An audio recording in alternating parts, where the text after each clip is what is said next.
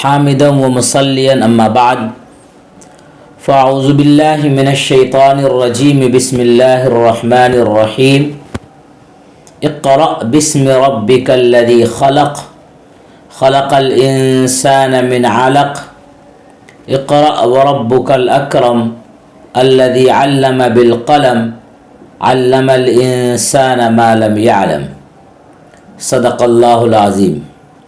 تعلیم کی اہمیت تمام لوگوں پر عیا ہیں۔ ہر شخص جانتا ہے کہ تعلیم کی اس زمانے میں اور ہر دور میں کیا اہمیت رہی ہے، لیکن تعلیم کے ساتھ ایک لفظ کا جوڑنا انتہائی ضروری ہے اور وہ ہے تربیت۔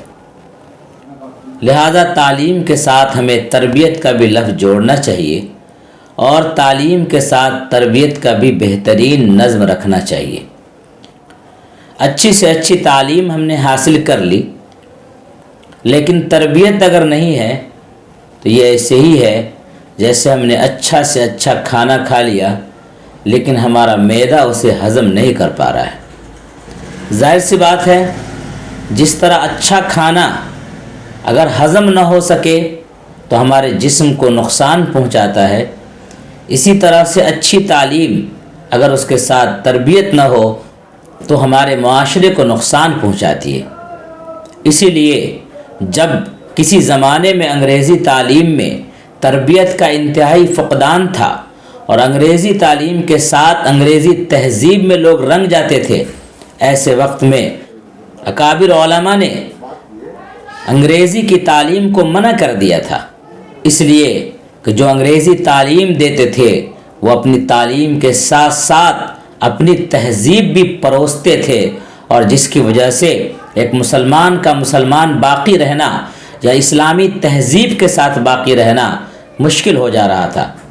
جبکہ اللہ تبارک تعالیٰ نے قرآن مجید میں فرمایا ہے، یا ایھا الذین آمنوا ادخلوا فی السلم کافہ، اے ایمان والو اسلام میں پورے داخل ہو جاؤ۔ ایسا نہ ہو کہ تم مسجد میں جاؤ تو مسلمان رہو اور اسکول میں جاؤ تو اسلام کو طاق میں ڈال دو۔ ایسا نہ ہو کہ تم مسجد میں جاؤ تو مسلمان ہو اور مارکیٹ میں اور بازار میں جاؤ تو اسلام کو پس پشت ڈال دو۔ نہیں، اپنی پوری زندگی میں اسلام کو داخل کرنا ہے اور اسلام میں پورے داخل ہو جانا ہے۔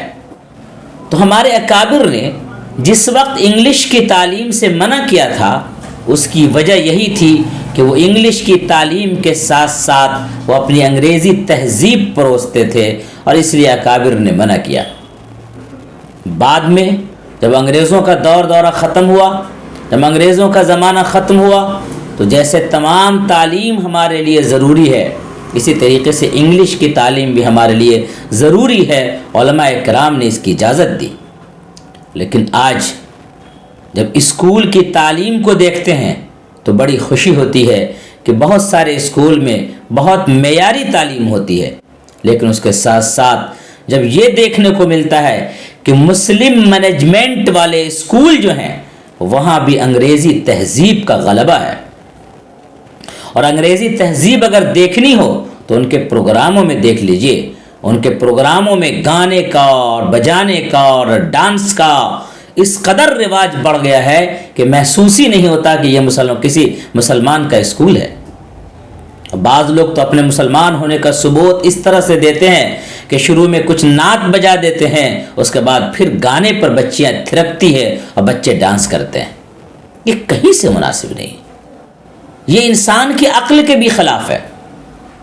اگر کپڑا کی دکان کسی نے کر رکھی ہے تو وہ انسان کپڑا سامنے ٹانگ کر کے رکھے گا، کپڑے کی دکان والا دوا ٹانگ کر کے نہیں رکھے گا۔ دوا کی دکان والا اپنے کاؤنٹر کے سامنے لوگوں کو دکھانے کے لیے کپڑا ٹانگ کر کے نہیں رکھے گا۔ جس چیز کی دکان ہوتی ہے وہی چیز سامنے دکھائی جاتی ہے۔ سوال یہ ہے کہ کیا یہ انگریزی اسکول جو ہیں وہ ڈانس کے اسکول ہیں؟ کیا گانے بجانے کے اسکول ہیں؟ اگر وہ گانے بجانے کے اسکول ہیں تو انگلش اسکول والے لکھیں اپنے تعلیم کے نظام میں لکھیں کہ ہمارے یہاں ڈانس سکھانے کا بھی نظم ہے، ہمارے یہاں گانا سکھانے کا بھی نظم ہے، پھر گانا سکھائیں، ڈانس سکھائیں اور اس کو پھر سالانہ پروگرام میں پروسیں۔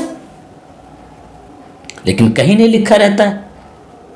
آپ کے یہاں بچہ پہنچتا ہے انگریزی سیکھنے کے لیے، ہندی سیکھنے کے لیے، میتھ سیکھنے کے لیے، سائنس سیکھنے کے لیے اور دیگر علوم کو سیکھنے کے لیے، ڈانس سیکھنے کے لیے کوئی گارجین آپ کے پاس نہیں بھیجتا۔ اور جب ڈانس سیکھنے کے لیے کوئی گارجین نہیں بھیجتا ہے تو کیسے گارجین ہے کہ بھیجا ہے جس تعلیم کے لیے سالانہ پروگرام میں اس کا الٹ کچھ بھی دکھا دیا جا رہا ہے، صرف آپ کو مزہ آنا چاہیے، بس اس میں آپ مست ہو جاتے ہیں، مدہوش ہو جاتے ہیں۔ میرے بھائیوں اور میری بہنوں، ہوش کے ناخن لیجئے۔ ایسے اسکول جو ڈانس کراتے ہیں، ایسے اسکول جو گانے بجواتے ہیں، ایسے اسکول کو جا کے کہیے کہ ہمارے بچے ایسے اسکول میں نہیں پڑھیں گے۔ ان کو کہیے کہ آپ اسکول میں ڈانس نہیں کروا سکتے، آپ ان سے کہیے کہ ہمارا بچہ ڈانس نہیں کرے گا، ہماری بچیاں گانے پر تھرکنے والا کام نہیں کریں گی، ان کو منع کیجیے۔ اگر گارجین کا ڈیمانڈ ہو تو ظاہر سی بات ہے کوئی بھی کام مشکل نہیں ہے۔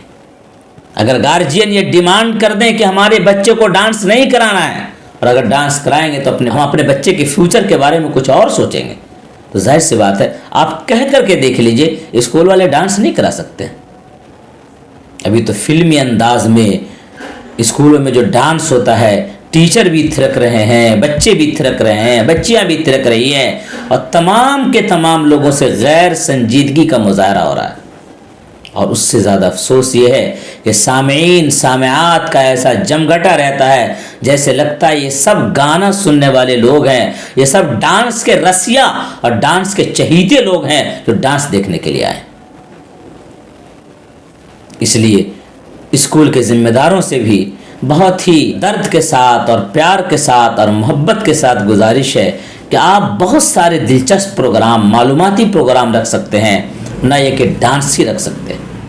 مجھے امید ہے کہ انشاءاللہ میری باتوں کو دل کے کانوں سے سنا جائے گا اور اپنے اسکولوں میں اصلاح کی کوشش کی جائے گی اور ایسی چیزوں سے اپنے اسکول کو بچایا جائے گا۔ اور جو ہمارے گارجین حضرات ہیں ایسے پروگرام میں نہیں جائیے۔